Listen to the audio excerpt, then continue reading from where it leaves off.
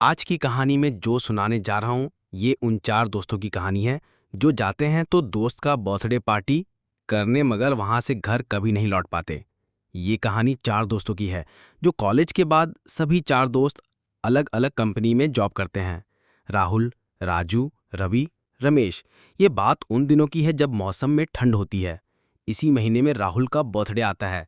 यही बात याद दिलाने के लिए रमेश अपने बाकी दोस्तों को बताता है कि कल राहुल का बर्थडे आ रहा है, क्यों ना कहीं पार्टी का प्लान बनाएं।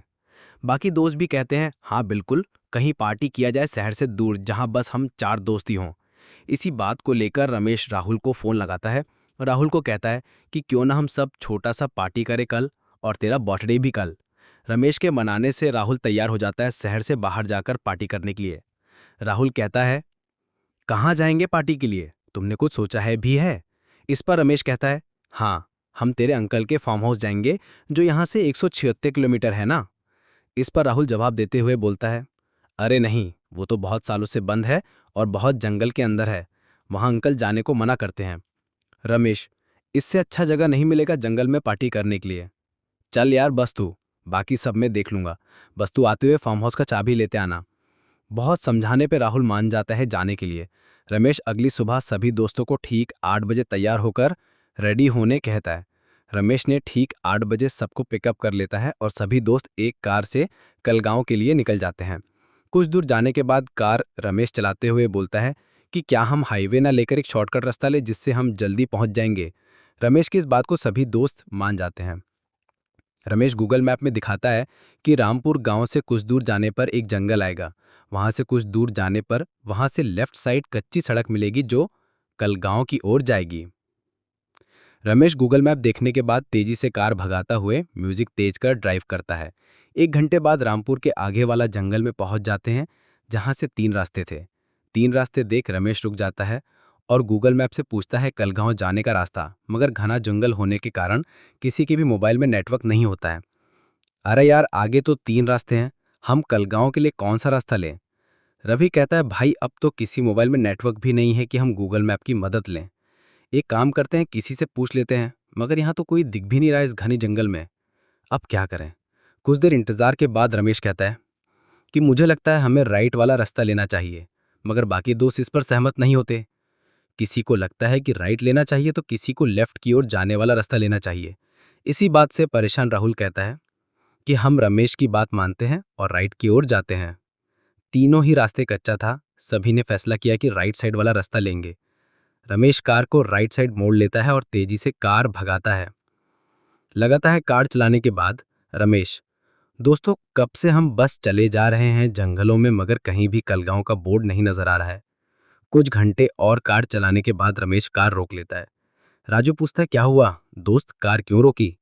इस पर रमेश कहता है हम कब से इसी जंगलों में घूम रहे हैं, कोई और रास्ता या मोड़ नहीं आ रहा है। मगर इन चारों दोस्तों को ये नहीं पता होता कि वो एक ऐसी छलावा जंगल में पहुंच चुके हैं जहां से कोई जिंदा नहीं गया। राजू रमेश से कहता है लाओ मैं कार चलाता हूं, और कार चलाने लगता है। धीरे धीरे अब शाम होने लगी थी। कुछ घंटे कार चलाने के बाद राजू कार रोकता है और कहता है कि देखो दोस्तों, सामने एक घर है और वहां पर एक कार भी खड़ी है, चलो वहां चलते हैं, शायद वो हमारी मदद करे। सभी दोस्त सहमत होते हैं इस बात पर और वे चारों दोस्त उस घर के पास पहुंच जाते हैं। कार से निकलते हैं और चारों दोस्तों ने आवाज लगाई मगर घर में कोई नहीं था। चारों दोस्त और परेशान हो जाते हैं। अब रात भी होने वाली थी। रमेश कहता है कि क्यों ना हम आज की रात इसी घर में रुकते हैं और कल सुबह होते ही निकल जाएंगे। बाकी दोस्त भी राजी हो जाते हैं रात रुकने के लिए।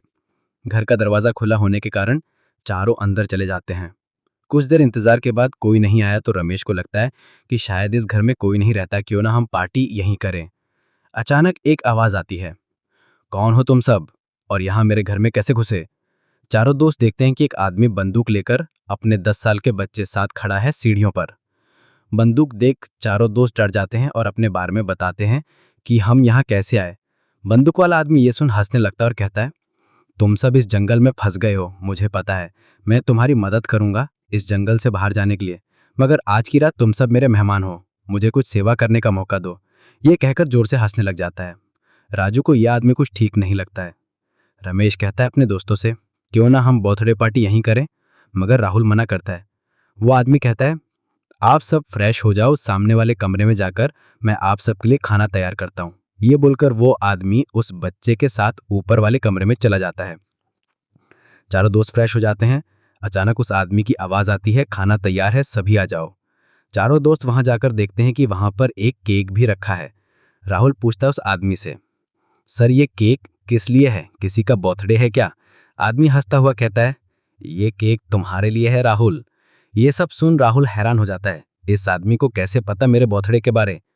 बाकी दोस्त भी हैरान थे केक को देखकर, क्योंकि राहुल के बर्थडे के बारे में उस आदमी को किसी ने नहीं बताया था। आदमी कहता है, जल्दी केक काटो, हम सबको खाना भी खाना है। ये बोलकर हंसने लगता है। जल्दी से राहुल केक काटता है और सब खाना खाने लगते हैं। सभी लोग खाना खा चुके थे। आदमी कहता है, अब आप सभी दोस्त आराम करिए, कल मिलते हैं, और हाँ, मेरे बिना पूछे घर से बाहर कोई नहीं जाएगा रात में। चारों दोस्त पूछते हैं, ऐसा क्यों? तो वह आदमी कहता है कि ये जंगल बहुत खतरनाक है इसलिए, और ये बोलते ही चला जाता है अपने कमरे में। चारों दोस्त भी अपने कमरे आ जाते हैं। अब चारों दोस्तों को बहुत तेज नींद आती है। सोने से पहले राहुल पूछता है कि उस आदमी के साथ जो बच्चा था वो खाना खाने नहीं आया था, क्या वो ठीक है? रमेश कहता है, शायद वो रूम में ही खाना खा चुका होगा या अपने मम्मी के साथ होगा। भाई तू क्यों टेंशन ले रहा है, अब सो जा। कुछ देर बाद सभी सो जाते हैं। अचानक राहुल की नींद खुल जाती है। वो अपनी घड़ी में देखता है कि रात के 2 बज रहे होते हैं। राहुल को प्यास लगने लगता है। वो कमरे में नजर घुमाता है तो आसपास पानी नहीं होता है। पानी की तलाश में वो हॉल की ओर चला जाता है, जहां पानी का जंग रखा होता है।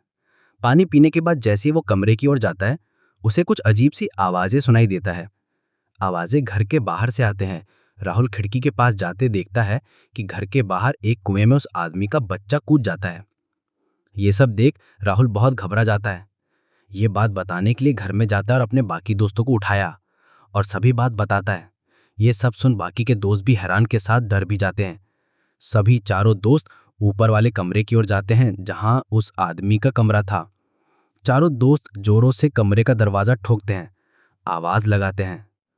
थोड़ी देर बाद दरवाजा खुला और दरवाजा और कोई नहीं, उसी आदमी का बच्चा खोलता है। ये सब देख राहुल पूरी तरह हैरान और डर चुका होता है। साथ में बाकी दोस्त भी हैरान थे कि ये बच्चा यहाँ है तो राहुल ने ऐसा क्यों कहा कि बच्चा कुएं में कूद गया है। यही सवाल वे सभी दोस्तों के अंदर था। ये कहानी यहीं तक।